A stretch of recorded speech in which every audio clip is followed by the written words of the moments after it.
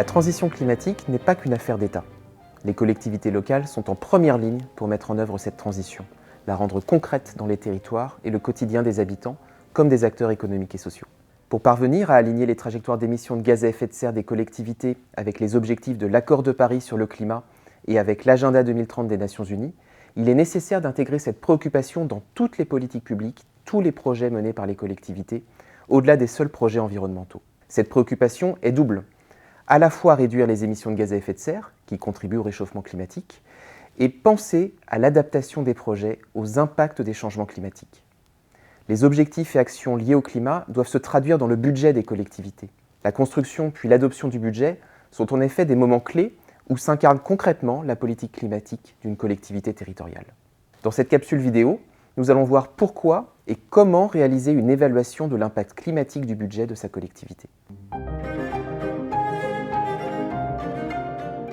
L'évaluation climat du budget s'inscrit dans la famille des outils d'évaluation environnementale des budgets, ou budget vert. Ces pratiques visent à identifier et évaluer des éléments du budget impactant une ou plusieurs dimensions environnementales, comme l'atténuation, l'adaptation au changement climatique ou la protection de la biodiversité. Plusieurs expériences sont menées au niveau des États, depuis 2008, notamment en Asie, mais aussi en Amérique latine, en Europe ou en Afrique. Une évaluation climat du budget, c'est une analyse de l'impact sur le climat de toutes les dépenses de la collectivité, au regard de leur compatibilité avec les objectifs climat nationaux de neutralité carbone et d'adaptation. C'est donc un outil parmi d'autres qui répond à certains objectifs spécifiques.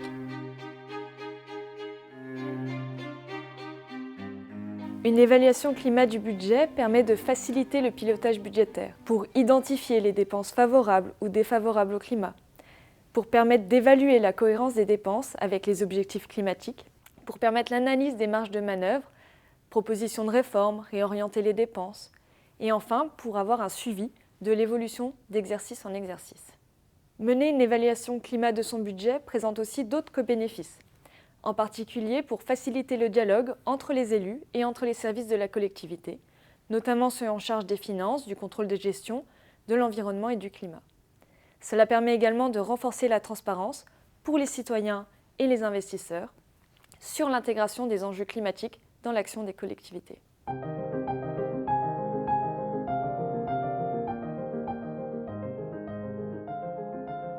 La méthodologie d'évaluation climat du budget, développée par I4C, comprend un volet atténuation et un volet adaptation. Concernant le volet atténuation, la méthode évalue les impacts sur le climat de chaque dépense en référence aux objectifs climat nationaux à l'horizon 2050. Elle s'appuie sur une taxonomie, c'est-à-dire une classification, adossée à des références robustes qui précisent les critères de classement des dépenses. 5 catégories de classement sont définies. Très favorable, toutes les dépenses compatibles avec un pays neutre en carbone en 2050. Plutôt favorable, les dépenses réduisent les émissions de gaz à effet de serre, mais de manière insuffisante. Neutre, les dépenses qui n'ont pas d'impact significatif sur le climat. Défavorable, les dépenses incompatibles avec la neutralité carbone. Et enfin, indéfini à approfondir, l'impact demeure difficile à évaluer du fait d'un manque d'informations pour ces dépenses. Concrètement, l'analyse est à mener ligne à ligne sur l'ensemble des dépenses, tant en investissement qu'en fonctionnement. La méthodologie donne les critères de classement des dépenses par grands domaines sectoriels ou fonctions transversales. Par exemple, pour l'achat d'un véhicule automobile, le critère est le niveau d'émission de CO2 par kilomètre. En deçà de 50 g de CO2 par kilomètre, la dépense est classée très favorable. Au-delà, c'est défavorable. La collectivité peut présenter le résultat de son analyse par commission. Par exemple, pour la commission transport, elle identifie ainsi les principaux postes défavorables qu'il s'agira de faire évoluer dans les exercices à venir, en cohérence avec la politique climat.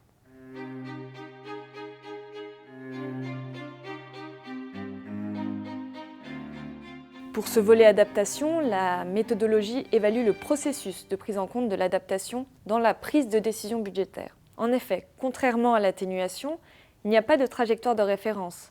L'adaptation est un processus, elle est forcément contextuelle et propre à chaque situation. La méthode propose de questionner chaque dépense en 3 étapes. Premièrement, la dépense est-elle potentiellement structurante pour l'adaptation? Si oui, la dépense est-elle concernée par une mesure d'adaptation, par une politique d'adaptation? Si oui, la dépense a-t-elle effectivement bien intégré la prise en compte des impacts du changement climatique? Par exemple, une dépense de travaux dans un jardin d'enfants et potentiellement structurante au regard de l'enjeu du confort d'été, les enfants en bas âge étant vulnérables en période de très forte chaleur. Cet enjeu est-il bien identifié par la collectivité? Si oui, les travaux menés vont-ils apporter une amélioration sur le confort d'été?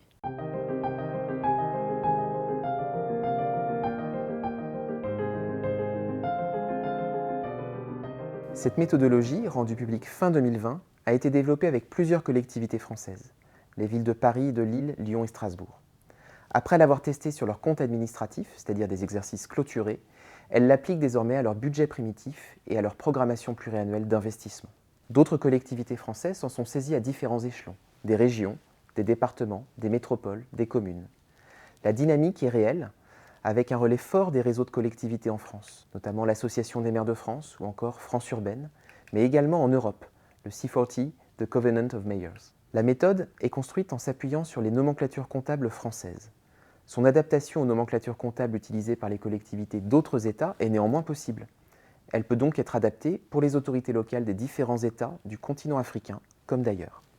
Pour conclure, réaliser une évaluation climat du budget de sa collectivité, c'est une démarche utile pour révéler les impacts climat de toutes les décisions des dépenses, pour contribuer à l'appropriation du sujet par l'ensemble des élus et des services, et enfin pour permettre un suivi dans le temps de l'impact du budget sur le climat.